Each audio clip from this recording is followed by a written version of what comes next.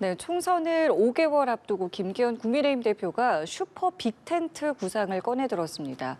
다양한 세력과의 초당적 협력을 하겠다는 건데 당장 이준석 전 대표가 견제에 나섰습니다. 여당 합류설에 무게를 싣고 있는 이상민 의원은 오늘 대전에서 인유한 위원장과 만나게 됩니다. 관련 내용 포함한 정치권 이슈, 김종혁 국민의힘 일산동구 당협위원장, 한민수 더불어민주당 대변인과 짚어보겠습니다. 어서 오십시오, 두 분. 안녕하세요. 안녕하세요. 예, 안녕하십니까. 말씀드린 대로 김기현 대표가 슈퍼 빅텐트를 거론해서요. 관련 내용 듣고 대담 시작하도록 하겠습니다. 우리 국민의힘은 나라의 발전적 미래를 고민하는 모든 분들과 함께 슈퍼 빅텐트를 치겠습니다. 보수적 인사의 영입 못지않게 많은 국민의 의견을 대변하는 각계각층의 인물들을 모시는 것 역시 중요합니다. 부정부패 정당이 되어 개딸들에게 휘둘리는 지금의 민주당에게 나라의 미래를 맡길 수 없다는 양심을 지키는 분들이 민주당에 비록 소수나마 있다는 점도 유의 깊게 보고 있습니다.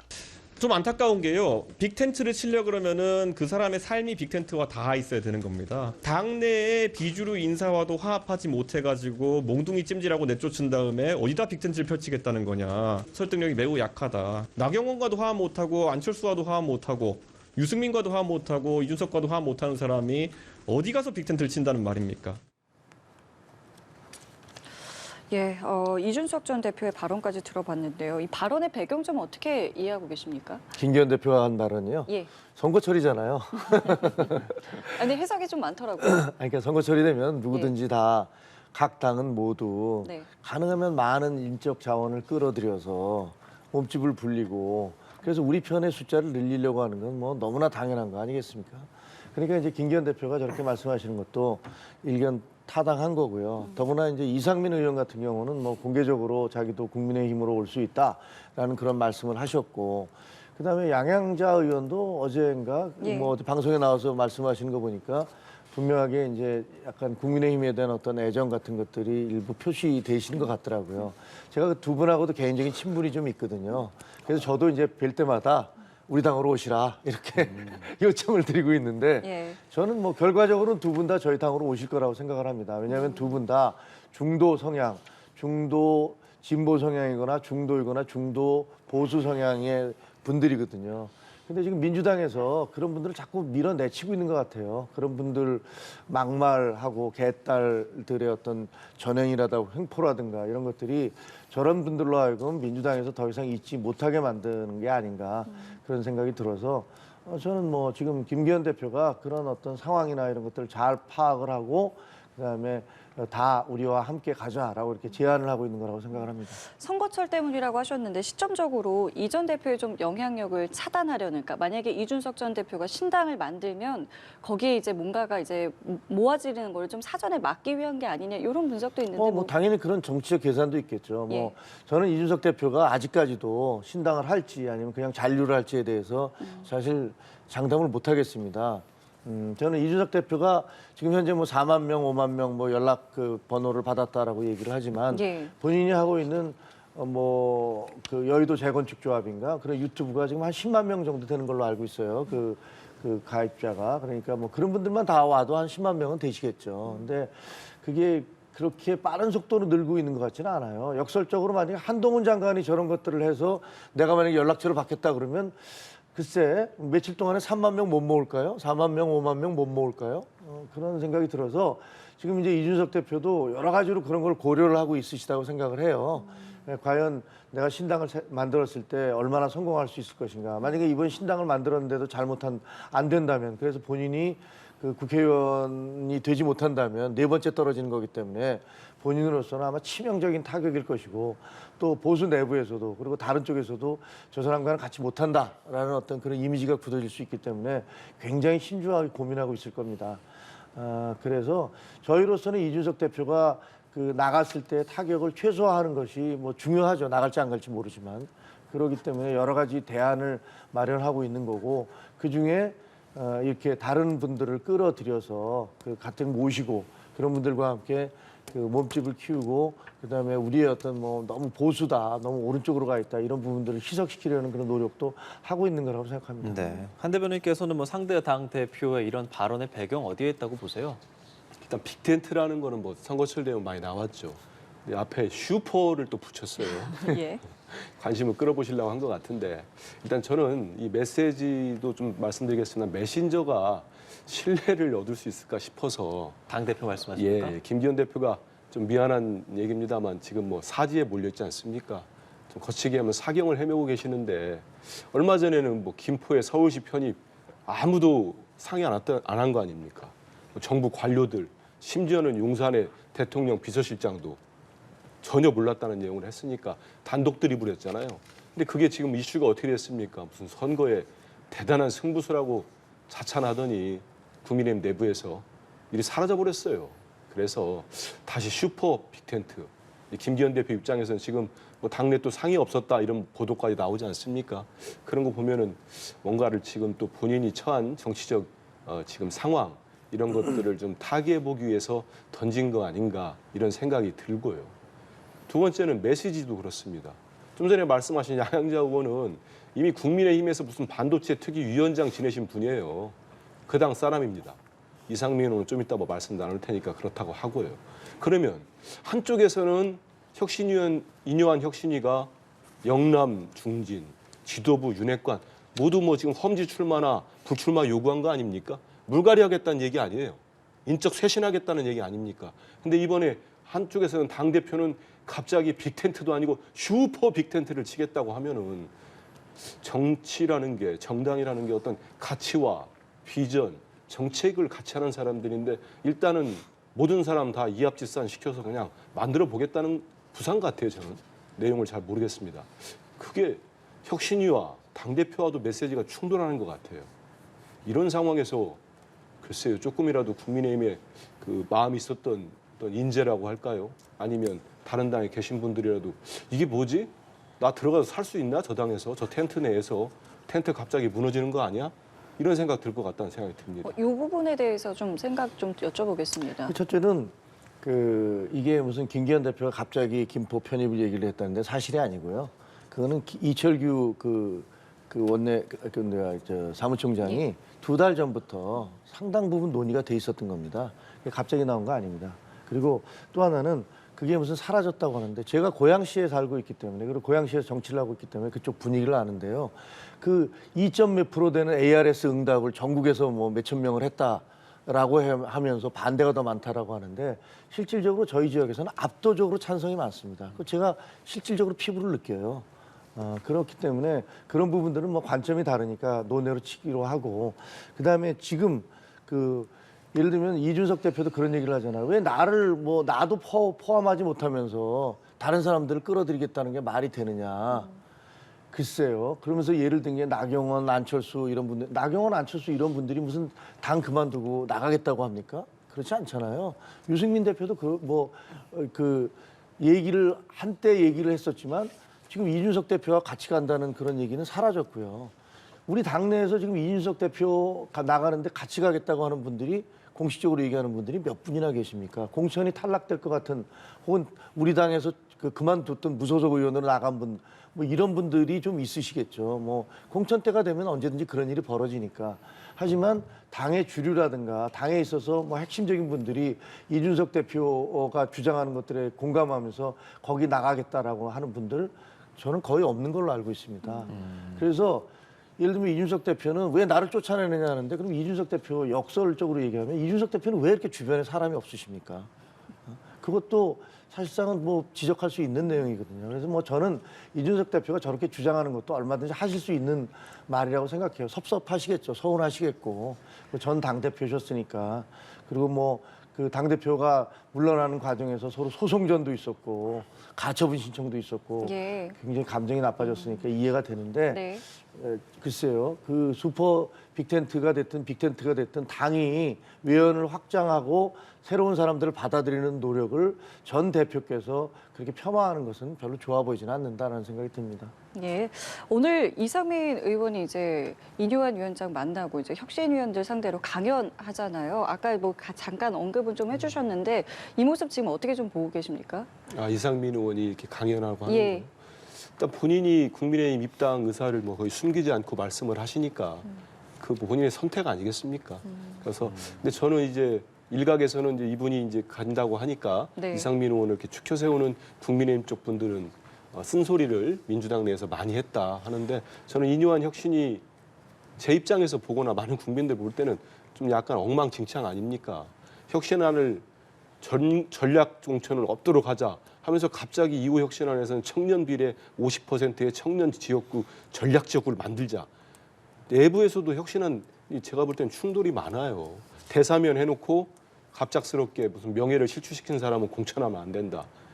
약간 헷갈리는 내용이 많은데 이런 얘기들을 저는 이상민 의원이 이번에 초청된 강연에서 좀 했으면 좋겠습니다. 그래야 뭐 여야를 넘나드는 뭐 미스터 쓴소리인지 뭔지가 되지 않겠습니까? 그래서 혁신위의 문제점, 이뇨한 혁신위가 가장 지금 못하고 있는 부분은 역시 강서 보선에서 드러난 민심을 수용하지 못하고 있다는 부분, 대통령에 대한 어떤 국정기조를 바꾸라는 말씀도 못하고 또 당이 수직적 당과 대통령 관계를 벗어나지 못하고 있는 부분들 이런 거에 대해서는 이상민 의원이 민주당에 대해서도 쓴소리랄까요? 이런 지적들을 신랄하게 하셨으니까 좀 하면 좋겠다는 생각이 들고 다만 저는 뭐 이렇게 강연 가서 하는 건 뭐 나쁘지 않다고 생각합니다. 할 수도 있습니다.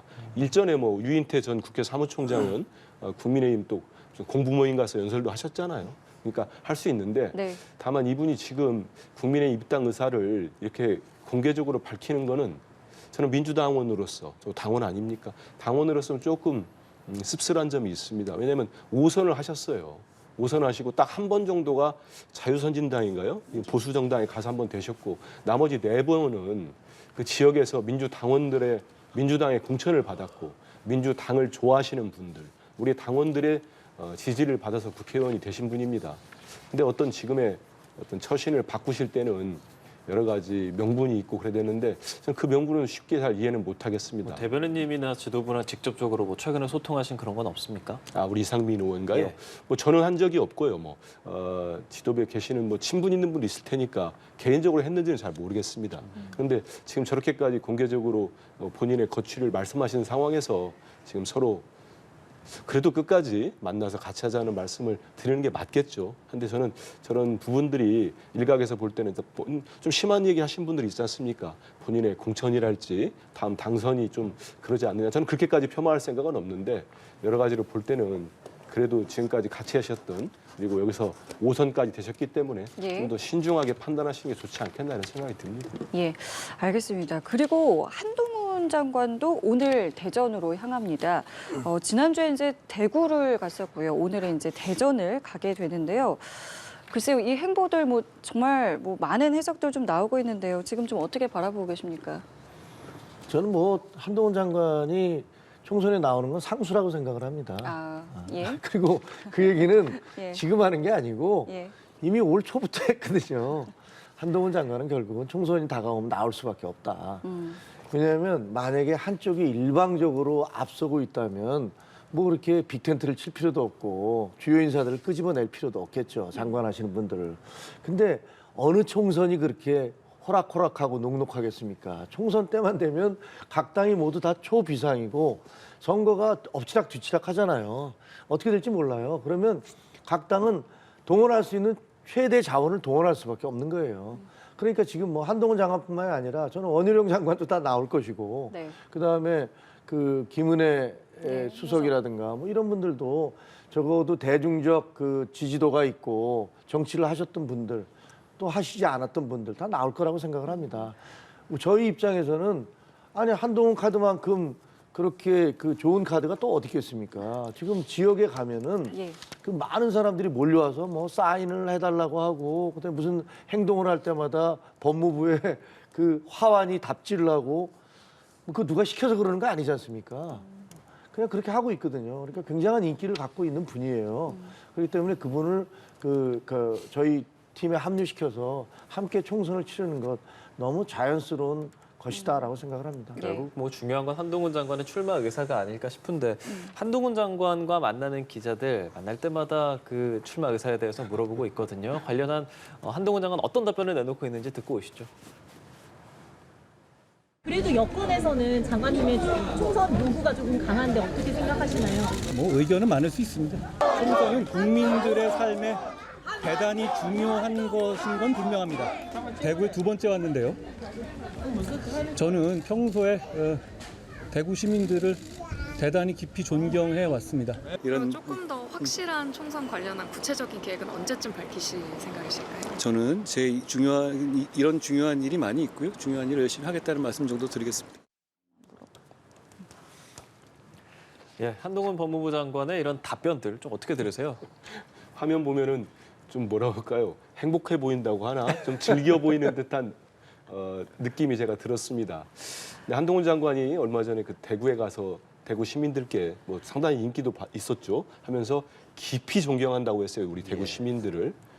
이번에는 뭐 오늘은 대전 가고 금요일은 울산 가는데 거기 가서 대전 시민과 울산 시민께는 어떤 본인의 마음을 표할지 제가 좀 지켜보려고 합니다. 그런데 저는 한동훈 장관이 지금 본인의 인생에 있어서 검사 인생을 다 포함해서 인생의 정점인 것 같습니다. 피크 같아요, 피크. 그러고 이제 저렇게 모호한 답변을 할 수밖에 없겠죠. 하고 있다가 나중에 이제 뭐 공직자 출마 금지되는 그 시한이 아마 내년 1월 10일쯤 될 겁니다. 그 전에는 이제 결정을 내릴 거라고 보는데 전 김 회장님 말씀처럼 이제 거의 정치에 발을 들여놓은 것 같습니다. 말씀을 들어봐도. 그렇지 않으면은 어디 대구 가서 대구 시민들 깊이 존경한다고 하고 또 기차표까지 연기하고 사인해 주겠습니까? 그건 정치인의 행보죠. 행보인데 정치를 하면은 저는 달라질 거라고 봐요. 일단은 한동훈 장관은 지금 예전에 만약에 인사검증을 어느 정부가 민정수석이 했다면 벌써 책임론에 한동훈 장관이 민정수석이라면 지금 자리 못 지켰을 겁니다. 왜냐하면 인사 지금 정부 검증단을 이끌면서 윤석열 정부의 모든 인사를 다 검증을 쥐고 있거든요. 권한을. 근데 인사 참사가 계속 일어납니다. 학폭만 해도 연이어서 계속 나와요. 최근에 합참의장 후보자까지 나왔어요. 그러면 예전 정부였으면 민정수석이라면 경질하라고 여당이 그냥 본물처럼 터져 나올 겁니다. 근데 지금 한동훈 장관 경질론이 어디 있습니까? 책임론도 없어졌어요. 그냥 책임 안 지고 있습니다. 그런데 정치로 들어온다? 이거는 일사불란한 상명하복 조직이 아닙니다. 지금은 한동훈 장관이 한마디만 하면은 2,100명의 검사들이 그냥 쭉 줄을 서죠. 지금 그렇게 정치 오면 안 될 거거든요. 오케스트라라고 하지 않습니까? 오직하면 김기현 대표도 종합예술이라고 했어요. 이거를 와서 본인이 어떤 비대위원장이 됐든 선대위원장이 됐든 공천과 관련된 논의를 한다든지 누구를 어디 배치하고 유세를 한다든지 모든 중요한 결정을 하는 권한이 생기면은 상당히 어렵지 않나. 본인의 능력을 지금과는 다른 능력을 보여야 되는 상황이 올 거다. 이런 점에서 이제 한동훈 장관이 지금은 피크지만 정치를 하는 순간부터는 수많은 검증 그리고 많은 언론이 어떻게 일하는지 또 비판적으로 볼 거고 하기 때문에 그때부터가 본격적인 시험대가 아닐까 싶습니다. 예. 저는 조금 견해가 다른데 뭐 시험대가 되겠죠. 이제 정치판으로 들어오면. 근데 사실 지금의 한동훈 장관을 만든 것은 90%가 민주당이에요. 민주당이 만들어 주신 거예요. 그동안에 한동훈 장관에 대해서 얼마나 많은 청문회 때부터 시작해서 얼마나 많은 공격을 했습니까? 공격을 하면서 뭐 말도 안 되는 주장들을 많이 했잖아요. 대표적인 게 뭐 청담동에서 대통령과 변호사들과 함께 새벽까지 술을 먹고 노래를 불렀다. 뭐 그 노래 제목까지 얘기하면서 터무니없는 거짓말이었고, 그다음에 또 무슨 진보 성향의 인터넷 매체라는 데서 집에까지 찾아가서 그 촬영을 하면서 그 가족들을 공포에 떨게 했던 그런 일도 생각이 나고요.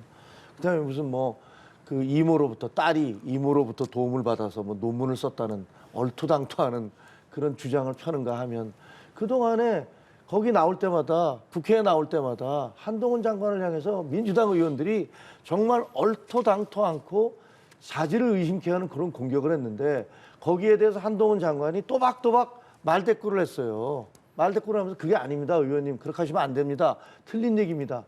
과거 같으면요 의원이 어디 감히 하고 호통치면 그 국무위원들 되게 고개 숙이고 얘기 안 했어요. 속으로 부글부글 끓어도 그렇게 얘기 안 했거든요. 근데 한동훈 장관은 정치인이 아닌 뭐 그런 법무부 장관으로서 거기에 대해서 법적인 근거가 뭔지 하면서 계속 공격을 했고 그게 거의 눈에 가시처럼 그 민주당 의원들에게 보였고 그러다 보니까 더 한동훈 트라우마인지 뭔지 더 공격에 나섰고 그렇다면 한 번도 제가 보기에는 그 논리적으로 한동훈 장관을 꺾어본 적이 없으신 것 같아요. 그렇게 돼서 한동훈 장관의 이미지가 만들어진 겁니다. 근데 한동훈 장관이 그럼 그냥 싸움 딱이냐? 지난번에 김예지 의원, 시각장애인 김예지 의원과 국회에서 질의응답을 하는 걸 보고 저는 굉장히 감동도 받았는데 얼마나 정말 국회의원과 장관이 정책을 놓고 얼마나 점잖게 질의가 오갈 수 있는가의 그 사례를 보여줬거든요. 그래서 저는 이제 물론 그동안에 그 법무부 장관을 하면서 야당 의원들과 공방을 주고받았던 그런 모습들 좀 과한 부분도 있다고 생각을 해요. 하지만 정치인 한동훈으로 바뀌게 되면은 아마 또 다른 모습을 보여줄 것이다. 예. 그렇게 기대하고 있습니다. 예. 큰일 났습니다. 이거 뭐 정치 시작하기도 전에 윤비어천가에 모자라서 이제 한비어천가들이 터져 나오면 어떡합니까 이거? 이제 한동훈 줄 섭니까? 저는 한동훈 장관이 뭐 장점이 있는 분위기였죠. 그러다 보니까 보수층이 대통령 좋아하시는 분들이 좋아한다고 봅니다. 하지만 민주당 의원 중에 물론 뭐 문제를 잘못 제기한 분도 있을 수 있습니다. 그 비판 뭐 겸허히 수용하겠습니다. 하지만 저는 결정적인 게 한동훈 장관은 제가 앞서서 얘기했던 인사 모든 참사의 책임 그뿐만 아니고 저는 법무장관을 하면서 검찰총장 역할을 다 하면서 그 역할을 하지 않았습니까? 정말 도어 스태핑 대통령이 중단한 도어 스텝을 본인이 하면서 국회에 올 때마다 법무부 기자들 만날 때마다 제1야당 대표와 제1야당을 그렇게 공격해 댔습니다. 그러면서 정치를 하겠다? 정치라는 게 뭡니까? 국민을 하나 묶는 게 최일선의 과제 중에 하나입니다. 그런데 여전히 편가르게 할 때마다 그 앞장선 분이에요. 그것도 그렇고 더욱더 중요한 건 모든 수사에 검찰 수사, 경찰 수사의 핵심은 공정성과 형평성입니다. 이분이 지난해 7월에 국회 와가지고 한 얘기를 제가 잊지를 못해요. 야당 의원이 질의를 했습니다. 김건희 여사의 도이치모터스 조작 사건 어떻게 하실 겁니까? 곧 결론 납니다. 그랬습니다. 지금 1년 4개월, 5개월이 지났습니다. 뭐가 결론이 났습니까? 그럼 민주당 입장에서는 한동훈 장관이 출마를 하면 그러니까 정치에 들어오면 다를 거라고 하셨잖아요. 뭐 중간에 끊으셨는데 아니 말씀드릴게요. 예. 그 저희들은 확장력은 상당히 없을 거라고 봐요. 왜냐하면은 제가 말씀드린 이런 부분들이 지금 검사에 대한 검찰에 대한 공정성이 많이 훼손된 상황에서 이분은 검사 아닙니까?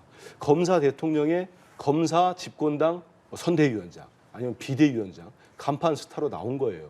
근데 지금까지 여론조사한 걸 쭉 저도 꼼꼼히 살펴보면은 대통령 좋아하시는 분들은 많이 좋아하지만 이른바 수도권이랄지 뭐 중도 성향에서는 한동훈 장관이 그렇게 인기는 없는 것 같더라고요. 실제 뭐 지지율이 많지 높지 않습니다. 그래서 이분이 이제 전체 선거를 본인이 오늘 지역구에 나가겠습니다마는 전체 선거를 리딩을 하려면 이끌어가려면 중도층에 특히 수도권에 소구력이 있어야 돼요. 그렇지 않으면 한동훈 장관이 없는 게 입증되면은 수도권에 우리 김 의원처럼 출마하신 분들이 온다고 하면 오지 말라고 합니다. 그게 또 인지상정이에요. 매몰차거든요. 그렇기 때문에 현재까지는 나중에 어떻게 변화가 있을지 모르겠습니다만 한 장관이 법무장관에서 보였던 태도랄지 수사의 일방적 편향성 그리고 인사 검증에서의 책임 그다음에 그동안 야당과의 계속 이렇게 대결 구도 거기에서 드러난 본인의 태도와 말의 어떤 품격 이런 것들을 볼 때는 중도 성향에서는 확장력에 한계가 있을 거다. 근데 말씀 중에 지역구라고 하셨는데 뭐 지역구 얘기도 있고 비례대표 얘기도 있고 뭐 아니면은 총선에서 역할은 하지만 나가지 않을 수도 있다. 뭐 여러 가지 시나리오가 있던데 뭐 어느 쪽에 지금 가까운 겁니까? 저는 뭐 나간다고 보고요. 예. 근데 그 전에 뭐 윤비어천가 그 뭐 한비어천가 하셨으니까 그건 개인의 명예에 해당하는 거니까. 아유, 농담으로 했습니다. 저는 뭐 한동훈 장관과 제가 편집국장 할 때 10여 년 전에 한번 사석에서 본 적이 있는 것 같지만 그 이후에 본 적도 없으니까 예. 그런 말씀은 좀 너무 과하시다 이런 생각이 들고요. 그다음에 제가 보기에는 이제 민주당에서는 약간 그 한동훈 장관에 대한 약간의 공포심 같은 게 있는 것 같아요. 왜냐하면 국회에서 워낙 그 일방적으로 속된 말로 깨졌기 때문에 나왔을 때 또 어떻게 되는 거야라는 그런 공포심 같은 게 있는 것 같은데 그건 한동훈 장관 하기에 달려 있겠죠. 뭐 지금 말씀하신 대로 너무 강하게 얘기를 했었기 때문에 중도층으로부터는 거부감이 좀 있는 거 아니야? 이런 주장을 하실 수도 있어요. 그건 본인이 넘어야 될 산이고 입증해야 될 과제일 겁니다. 그러니까 그거에 대해서 뭐 미리 아직까지 뭐 예단해서 말씀드리고 싶지는 않아요. 근데 그 예를 들면 박찬종 저희 당 고문 같은 분은 그 몇 달 전부터 그런 얘기를 했거든요. 한동훈 장관은 무조건 나오는데 비례대표 후순위를 받아서 전국을 돌면서 지원 유세를 해라. 뭐 이렇게 얘기를 하신 적이 있어요. 그게 예. 벌써 한 6개월 전이에요. 그런 말씀을 하신 적이 있고 또 일각에서는 야, 뭐 저 대구에 나오든지 뭐 민주당에서 대구 얘기도 많이 하시는데 제가 보기엔 대구로 나갈 것 같지는 전혀 않고요. 네. 뭐 대구에 나가서 이준석 전 대표하고 한번 붙는 거 아니야? 뭐 이런 얘기도 하시더라고요. 네. 그건 실현 가능성 전혀 없는 얘기인 것 같고 나오려면 차라리 개항을 해가서 이재명 대표와 싸우겠지 왜 대구로 가겠습니까? 그건 아닌 것 같고요. 저는 아마도 이게 정치가 생물이라서 그냥 얘기 그 예단에서 말씀드린 건 어렵지만 아마 지역구 출마가 더 그 가깝지 않나, 현실성이 현실적이지 않나 그렇게 생각을 합니다. 예. 오늘 이제 인요한 저희가 앞서 얘기했던 인요한 위원장도 그리고 한동훈 장관도 다 대전에 가는 거잖아요. 뭐 둘이 짧게 만날 수 있는 그런 가능성, 뭐 그런 것들도 좀 예상해 볼 수 있을까요? 좀 만나실 거라 보이는데요. 만나실 거라고 봅니다. 그리고 두 예. 분이 거기까지 갔는데 왜 안 만나겠습니까? 서로 가서 예. 또 뭐 인요한 그 혁신위원장 같은 경우는 한동훈 장관 어서 왔으면 좋겠다. 훌륭한 분이다. 예. 나보다 나이 어리지만 존경한다. 이런 말씀까지 하지 않았습니까? 그리고 한동훈 장관도 뭐 인요한 혁신위원장이 하는 어떤 그런 개혁 작업에 대해서 상당히 박수를 치고 있을 거라고 생각을 합니다. 그러니까 두 분이 만나면 저희로서는 지금 언론에서 가장 주목을 받고 있는 두 분이잖아요. 그쵸. 한동훈 장관, 그다음에 인요한 위원장. 두 분이 만나는 장면이 연출되면 또 많은 기자들이나 언론에서 관심을 가져주실 것이고 그래서 뭐 저희로서는 당연히 하지 않을까 이렇게 생각이 됩니다. 예. 말씀하신 그 개항을 같은 경우에는 원희룡 장관이 나갈 수도 있다. 뭐 이런 이야기들도 나오고 있는데 여기에 대해서는 또 입장차가 좀 있더라고요. 그래도 거기 안 가는 게 좋다. 뭐 이런 의견을 좀 내시는 분들도 계시던데 어떤 생각 갖고 계세요? 당에서 한 2주 전쯤부터 그런 얘기가 있었어요. 내부에서. 원희룡 장관이 개항으로 나가는 거 아니냐.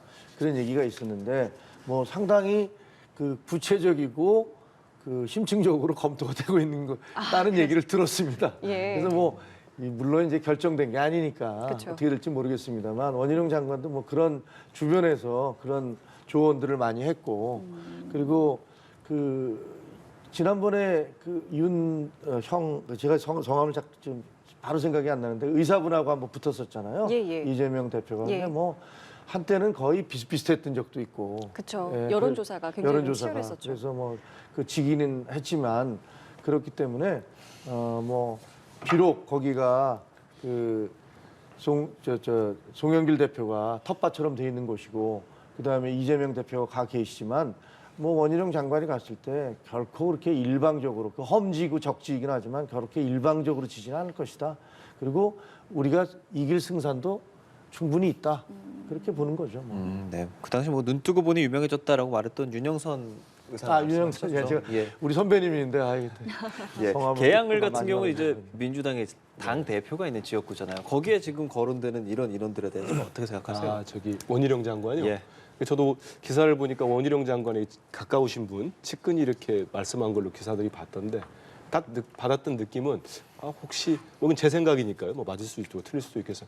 원희룡 장관께서 좀 조급해지신 게 아닌가 생각은 좀 들었어요. 왜냐하면 한동훈 장관이 저렇게 정말 각광을 받고 전국을 누비니까 본인 입장에서도 뭔가 기사가 필요하지 않는가. 그리고 그럴 때는 가장 그 눈에 띄고 언론도 많이 써주고 그다음에 주목도가 높은 거는 결국은 야당의 제일 큰 지금 유력한 지도자이고 대표는 이재명 대표 아니겠습니까? 그러다 보니까 개항을 출마를 검토하고 있다는 기사가 나오지 않았나는 생각을 해봅니다. 근데 본인이 뭐 심도 있게 고민해가지고 나온다면 그거는 뭐 누가 뭐라고 할 수 있겠습니까? 물론 그 지역에 지금 이미 국민의힘에 당협위원장에 계신 것 같긴 합니다만은 뭐 조율해가지고 경선을 하든 뭐 나올 수 있겠죠. 근데 말씀하신 대로 개항이 됐던 개항을이 됐던 수도권은 사실 어느 한쪽이 강남이랄지 특별한 곳 빼고는 그 민주당이 됐던 국민의힘이 됐던 그게 여러 가지 구도나 또 그 당시 총선의 어떤 이슈 이런 것들이 영향을 받기 때문에 쉬운 곳은 한 곳도 없습니다. 설사 이재명 대표께서 개항을 다시 또 출마하면서 있더라도 원희룡 장관이 오시든 아니면 지금 아까 말씀하신 그 의사분이 또 나오던 다른 분이 나오던 그렇게 원사이드하게 표 차이가 난다거나 그러지는 않을 거예요. 수도권 민심이라는 게 대단히 높고 어느 한쪽에 힘을 실어주기보다는 당시에 딱 정확하게 전략적 판단하시더라고요. 그런 점이 있다는 생각이 들고요. 저는 원희룡 장관 어디로 나가실지는 잘 모르겠어요. 왜냐하면 그동안 고향 얘기도 있었잖아요. 경기도 고향 있었고 최근에는 또 이뇨한 혁신위원장이 제주도 가니까 제주도에 있는 국민의힘 분들이 그 고향 이번에 이제 홈타운이죠. 경기도 고향이 아니고 제주가 고향인 원희룡 장관을 내려보내달라 또 이런 요구를 하더라고요. 그래서 원희룡 장관께서도 이제 뭐 지금 장관직 그만두시면은 본인도 신중하게 본인이 일단 가장 중요한 거는 당선되는 게 목표겠죠. 그걸 1순위로 두고 고민하지 않을까. 근데 일단은 뭐 언론의 주목도는 이번에 개항을 내가 출마 고민하고 있다 이런 기사가 나오면서 높아졌다 이런 생각이 좀 듭니다. 예, 대표님 민주당 얘기 좀 여쭤볼게요. 탄핵 관련한 좀 주장이 또 있었어요. 이제 강성 의원이라고 말할 수 있는 의원들이 북콘서트에서 한 얘기인데 반윤연대 형성을 위해서 민주당이 먼저 이 윤석열 대통령의 탄핵 관련한 발의를 좀 해야 한다 이런 말을 했습니다. 대변인으로서 어떻게 생각하세요? 이거는 저는 뭐 김용민 의원이 이런 말씀하셨죠. 김용민 의원의 개인 생각이라고 봅니다. 실제로 무슨 뭐 지도부에서 이런 얘기가 나온 것도 전혀 없었고 지금 대통령 탄핵을 거론할 때도 아니지 않습니까? 그렇기 때문에 이건 일반 우리 국민들 사이에서 대통령의 지금은 여러 가지 국정 운영에 대해서 못마땅하시고 정말 강하게 비토하시는 분들이 탄핵을 거론할 수 있습니다. 요구할 수도 있고요.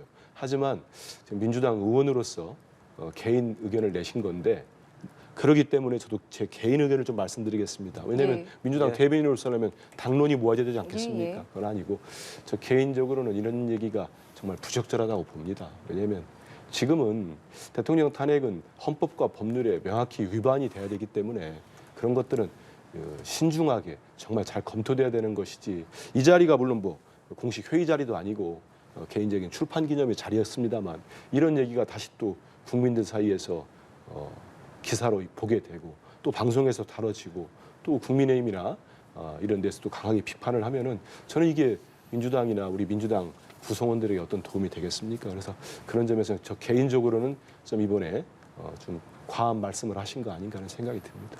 예. 어떻게 좀 생각하세요? 아니, 저는 뭐 대부분에 있어서 한민수 대변인과 의견이 뭐 갈리기는 합니다만 이번 그 판단에 대해서는 저는 뭐 한 대변인 의견에 전적으로 동의를 합니다. 그리고 그 한번 이분들이 누군가 보세요. 김용민 의원, 이재명 대표의 측근 아니십니까? 민영배 의원, 그 꼼수 탈당으로 유명해지신 분이시죠. 최강욱 의원, 민주당에서 전사 노릇을 엄청 많이 하셨던 분 아닙니까? 온갖 그 막말의 그런 어떤 진원지로 비판받고 있는 분이시잖아요. 근데 이분들이 주장한 얘기를 들어보세요. 반윤연대 형성을 위해서 민주당이 먼저 윤 대통령 탄핵 발의를 해야 된다. 그러니까 대통령 탄핵은 헌법과 법률이 위반됐을 때 정말 엄중하게 되는 거 아닙니까? 그런데 헌법과 법률 그런 게 아니라 우리가 반윤연대 형성을 위해서 쉽게 얘기하면 선거에서 이기기 위해서 선거에서 이득을 보기 위해서 탄핵을 발의하자는 겁니다. 탄핵이 무슨 애들 장난입니까? 대통령을 상대로 저 사람을 물러나게 하자. 국민들이 투표를 해서 뽑은 대통령을 물러나게 하는데 그 이유가 무슨 헌법상 법률상의 문제가 아니라 우리가 선거에서 이기기 위해서는 탄핵을 발의해서 저 사람을 공격하자. 이게 상식적이고 합리적이고 정상적인 가치 판단을 하는 의원들이 혹은 사회 지도층이 할 수 있는 얘기입니까? 이런 말을 버젓이에요. 근데 저 자리에서 무슨 얘기가 나왔습니까? 심지어는 대통령과 무슨 여당 인사들을 놓고 짐승들이라는 표현을 하는가 하면 그 아마 무슨 영부인이나 무슨 누구를 얘기하는지 모르겠지만 암컷들 이런 표현들을 하면서 낄낄대면서 웃고 박수치고 그랬어요. 아니 이게 도대체 있을 수 있는 일입니까? 아니 개딸들이 자기 당에 반대하는 이재명 대표에게 반대하는 사람들 향해서 총알 한 발이 있으면은 매국노가 아니라 너에게 이런 식으로 공개적인 살해 협박을 하는 것을 플래카드로 붙이지를 않나. 그다음에 반대하는 의원들 사무실을 찾아가서 왜 이재명 대표 사진을 안 붙여놨냐고 행패를 부리지를 않나. 이게 도대체 민주적인 정당에서 있을 수 있는 얘기입니까? 저는 정말 경악을 금할 수가 없어요. 저런 식의 발언을 하고도 저런 식의 발언을 한 사람들에 대해서 민주당은 왜 가만히 있습니까? 그러니까 지도부에서는 일단 개인 발언이다라고 이제 선을 긋기는 했는데 이제 총선이 앞두고 총선 앞두고 뭐 개인 발언이고 뭐 개인적인 공간에서 한 말이긴 합니다만 계속 이렇게 문제가 되는 것에 대해서 지도부 차원에서 어떤 조치가 좀 필요하지 않겠습니까? 저도 필요하다고 생각합니다. 예. 필요하고 생각하고 이재명 대표께서도 과한 발언들 특히 이제 우리 국민들 보실 때 오만해 보인다거나 정말 교만해 보이는 이런 말씀들을 하는 거에 대해서 대단히 맞지 않다는 지적을 하셨습니다. 일전에도 그 일각에서 당 밖에서든 200석 발언이 나왔지 않습니까? 예. 그때도 대표가 대단하게 좀 역정을 내셨죠. 왜냐하면 이런 발언들은 국민들이 보시는 거 아니겠습니까? 우리가 아무리 정책을 좋은 정책을 내놓고 좋은 후보를 내놔도 국민들께서 민주당을 믿고 지지하지 않으면 우리가 선거에서 이길 수가 없습니다. 그런 점에서는 여전히 저런 지적들도 좀 새겨 듣고 우리가 오만해 보이지 않도록 그런 모습을 보이는 게 중요하고요. 우리 대표를 비롯한 우리 지도부 모두 거기에 대해서는 모두 공감하고 있고 이렇게 돌출적인 발언이 나왔는데 이런 부분에 대해서도 더 이상 재발이랄까요? 계속 되풀이되지 않도록 하는 일들이 필요할 것 같습니다. 예, 알겠습니다. 오늘 두 분 말씀은 여기서 마무리 짓도록 하겠습니다. 지금까지 김종혁 국민의힘 일산동구 당협위원장, 한민수 더불어민주당 대변인과 함께했습니다. 두 분 말씀 고맙습니다. 고맙습니다. 네, 예, 감사합니다. 고맙습니다.